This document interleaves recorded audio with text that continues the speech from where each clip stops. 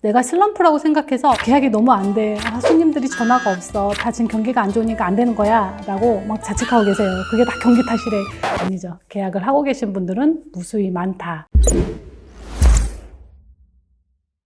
안녕하세요. 부동산 논리정연 부연 인사드립니다. 오늘 저는 중개업을 하시면서 슬럼프라고 생각하면 점검해봐야 할 세 가지에 대해서 이야기를 해볼게요. 근데 이건 슬럼프이신 분들도 똑같고요. 중개업을 이제 해볼까라고 생각하시는 분들도 있다라면 전략을 세우는데 요거 세 가지를 잘 먼저 리스트를 적어보시길 바랍니다. 자, 첫 번째, 광고를 제대로 하고 있나? 두 번째, 매일 할 일을 꾸준히 하고 있으신가요? 세 번째, 돈벌이로 중개를 하고 계신가요? 아니면 중개 고객에게 전문적인 중개 서비스를 하고 계신가요? 이 세 가지에 대해서 이야기를 해보도록 하겠습니다. 제가 유튜브 영상을 찍으면 이런 댓글들이 간혹 달려요. 뭐냐? 노하우 알려준다며 지자랑만 하다 끝나. 시간이 아까워. 제가 중개정석 원 책을 냈을 때도요. 뭐야? 노하우 책이라며? 뭐 지자랑만 하다 끝났어. 하고서 집어 던지신 분들도 있는가 반면 중개정석 책 원은 실무 경험이 많으신 분들인 경우에는 이거를 2번, 3번, 4번 정말 너덜너덜해질 정도까지 책을 읽으신 분들이 많다라고 해요. 근데 반면 실전을 많이 안 해보신 분들은 처음에 내가 원하는 공인중개사 시험을 봤을 때처럼 문제가 있으면 답이 딱딱딱딱 나오는 그런 책이 아니다라고 집어 던지셨다가 현장에서 너무 다양하고 무궁무진한 사례들을 접하고 매일 계약 깨지고 고객들한테 끌려다니다가 이게 대체 어떻게 하는 거야 라고 그때 가서 다시 펼쳐보면 이제 그때 노하우가 보이는 책이다라고 얘기를 많이 해주십니다. 자, 그것처럼 저는 지금 유튜브 영상을 찍을 때도 그렇고요. 이 중개정석 원 책에서도 그렇고 제가 아는 노하우들을 계속 풀고 있습니다. 그런데 이게 중개업에 대한 실무 능력이나 경험치 이런 것들이 좀 적거나 보는 시야의 눈높이가 좀 더 경험으로 쌓여있지 않으신 분들이라면 제가 하는 얘기가 그냥 뭐야 지자랑만 하다 끝났어 라고 들리시겠지만 경험이 좀 있으시고 NSR을 수강하신 사장님들이라면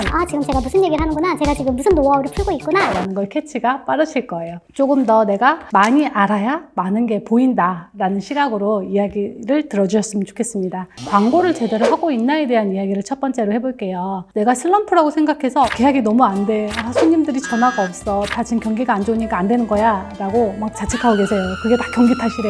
근데 생각해보세요. 지금 여러분들이 사는 집이나 어디를 둘러보세요. 간판이 안 바뀌나요? 경기가 안 좋을 때는 아예 안 바뀌나요? 아니면 사람들이 이사를 안 다니나요? 아니죠. 다 간판도 바뀌고요. 이사도 다녀요. 저희가 아는 지인분 중에 한 분이 간판을 하신다는데 정말 밥을 먹을 수 없을 정도로 너무 바쁘시대요. 그냥 풀 몇 달이 꽉 차 있으시대요. 자, 그 뜻은 뭐예요? 상가 계약이 꾸준히 일어나고 있다는 얘기예요.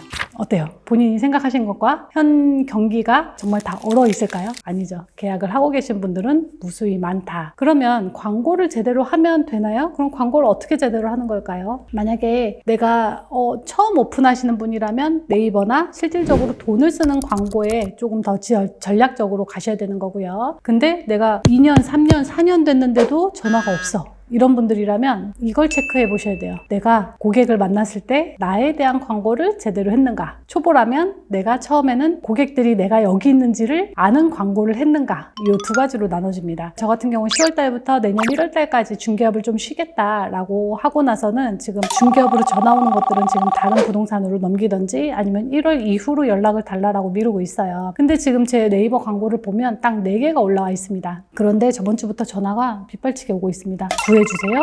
내놔주세요? 아니면 대표님이 무조건 계약을 해주세요? 이거는 진짜 내놓기만 하면 물건 바로 체결되는 건데도 제가 지금 네이버면 보면 광고를 하지도 못하고 있어요. 죄송합니다. 제가 지금 할 수가 없으니까 다른 곳을 좀 이용해 주세요 라고 던지고 있어요. 근데 진짜 안 되는 계약들이면은 제가 아깝지라도 않을 텐데 이거는 제가 시간만 조금만 내서 보여주면 계약이 체결될 만한 그 정도로 가성비 좋은 물건들이 되게 많이 나오고 있습니다. 그런데도 불구하고 지금 제 스케줄하고 다양한 이벤트들 때문에 지금 손을 아예 그냥 스톱을 하고 있습니다. 자, 그러면 저는 지금 네이버로 광고 딸랑 4개를 하고 있는데 그럼 당신은 무슨 광고를 제대로 했길래 전화가 그렇게 계속 오고 유효 고객들이 자꾸 오느냐 라는 얘기에 대해서 얘기를 해볼게요. 자, 어때요? 야, 너네는 지금 경기가 안 좋으니까 전화 안 오지? 콜 안 오지? 약 올라? 나는 지금 전화가 많이 와. 약 오르지? 어때요? 그죠? 지금 이 얘기조차도 자랑으로 들리죠.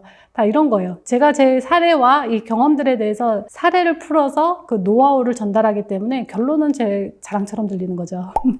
아까 제가 말씀드린 것처럼 초보라면 처음에 내가 여기 있어, 나란 사람이 여기 있고 너네 나랑 계약을 해볼래? 라는 이 광고에 집중을 하셔야 되는 거고요. 저 같은 경우는 지금 여기 오픈한 지 2년이 조금 넘었습니다. 저도 여기를 처음 왔을 때 내가 여기에 있어, 너 나란 사람 좀 봐줄래? 라는 광고에 좀 집중을 했겠죠. 그리고 나서 어느 정도 나의 계약들이 일어나니까 한 명의 고객으로 6, 7개의 계약도 계속 일으키다 보니까 그냥 광고를 처음에 나 여기 있어라는 거를 다른 사람처럼 막 많이 하진 않았지만 하나로 여러 건을 만들어 놓고 또 그걸로 인해서 소개가 오고, 그래서 지금 한 2년이 지나고 나니까 이 사람 여기 있고 이 사람한테 하면 조금 더 안전해 라는 이런 광고가 되어 있는 거죠. 오래 경험이 있으신 분들이라면 내가 그런 고객들을 그동안 만나는 동안 내가 나에 대한 광고가 됐는가, 아니면 처음 오픈했거나 오픈한 지가 오래 안 되신 분들이라면 고객들도 되게 많은 부동산 중에서 여러분을 선택하는 이유가 있어야 되겠죠. 그 이유에 대한 그 광고를 제대로 하고 계셨는가에 대한 질문을 던지고 싶습니다. 그래서 제가 한 가지 사례를 말씀드리면, 제가 서울에서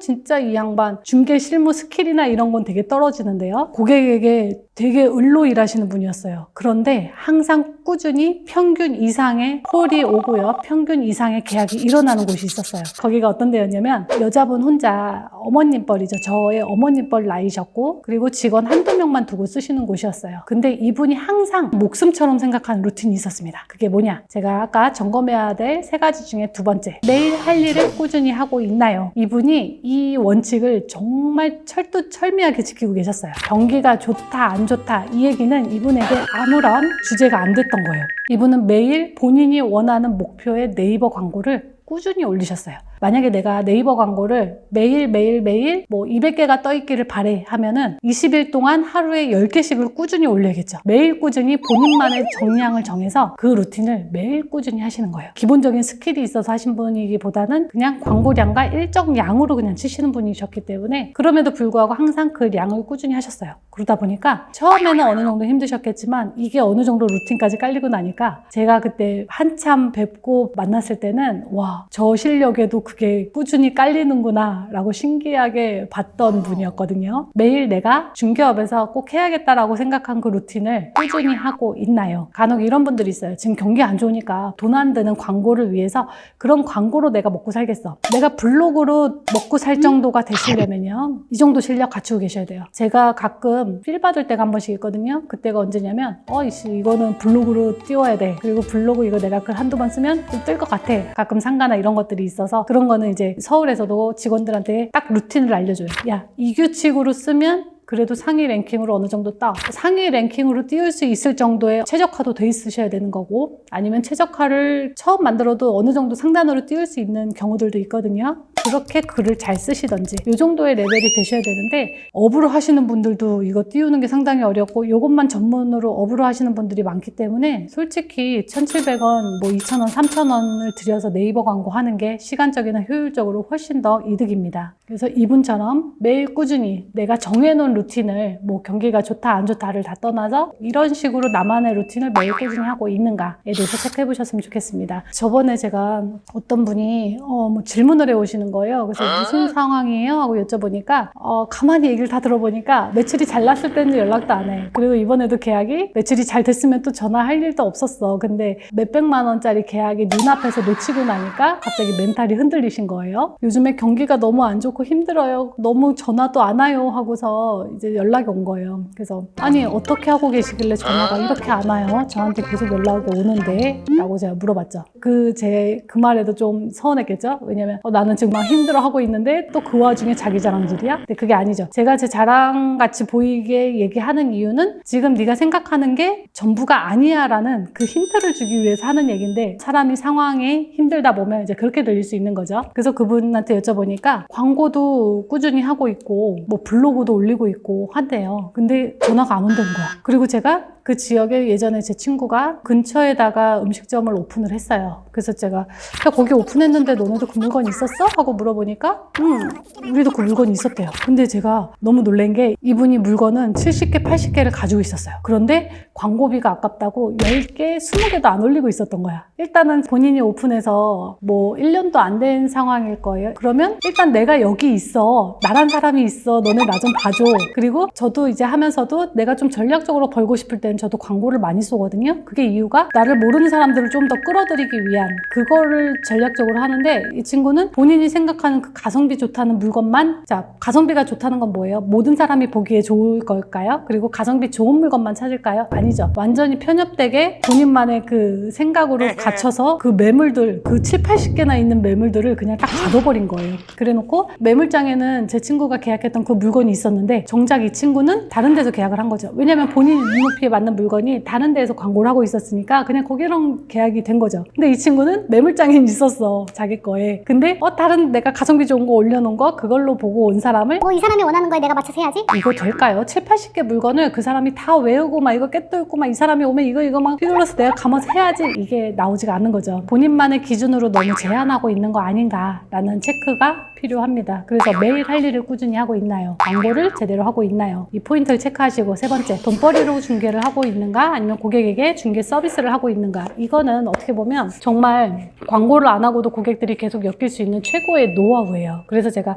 중개 정석 책에도 수두룩하게 써놨고 영상을 찍을 때마다 제 자랑을 빗대서 계속 이야기를 하고 있는 거예요. 그래서 이게 중개업을 했는데 와 진짜 이 사람하고 너무 계약하기 싫은데 이 사람밖에 물건이 없으면 어쩔 수 없이 계약을 하겠죠. 근데 독점 매물을 잡기는 현재 우리나라 법제화에서는 좀 체결되기가 어려우니까 실질적으로는 우리가 여러 군데 부동산이 나와 있는 중에 그 중에 한 곳일 수밖에 없잖아요. 그러면 내가 여러 군데의 부동산이 있는데도 불구하고 나랑 계약할 수밖에 없는 그 정도로 중개 서비스 상위 1%로 해결해주고 고객이 신뢰감을 줄 수 있는 서비스를 제공하고 있는가. 만약에 여러분이 고객이다라고 생각을 해보세요. 내가 여기랑 계약했을 때 당신과 계약을 했을 때 너무 불안했어. 막 내가 먼저 얘기를 안 하면 저 사람이 챙겨주지도 않고 내가 먼저 얘기를 안 하면 이 사람이 이걸 체크할 줄도 몰라. 중개사가 말 한마디 잘못 쓴 걸로 인해서 내가 온전히 손해를 다 감당해야 돼 라는 거를 한번 느끼고 나면 어때요? 다시는 그 중개사 사무실을 찾지 않겠죠. 그리고 만약에 이게 아파트 단지는 실력의 차이가 빈부의 격차를 엄청 크게 만들 수밖에 없는 시장이기도 합니다. 만약에 상가 같은 경우는 뭐 해봤자 거리감이 멀죠. 만약에 아는 사장님이 아는 사장님한테 소개를 한다고 해도요.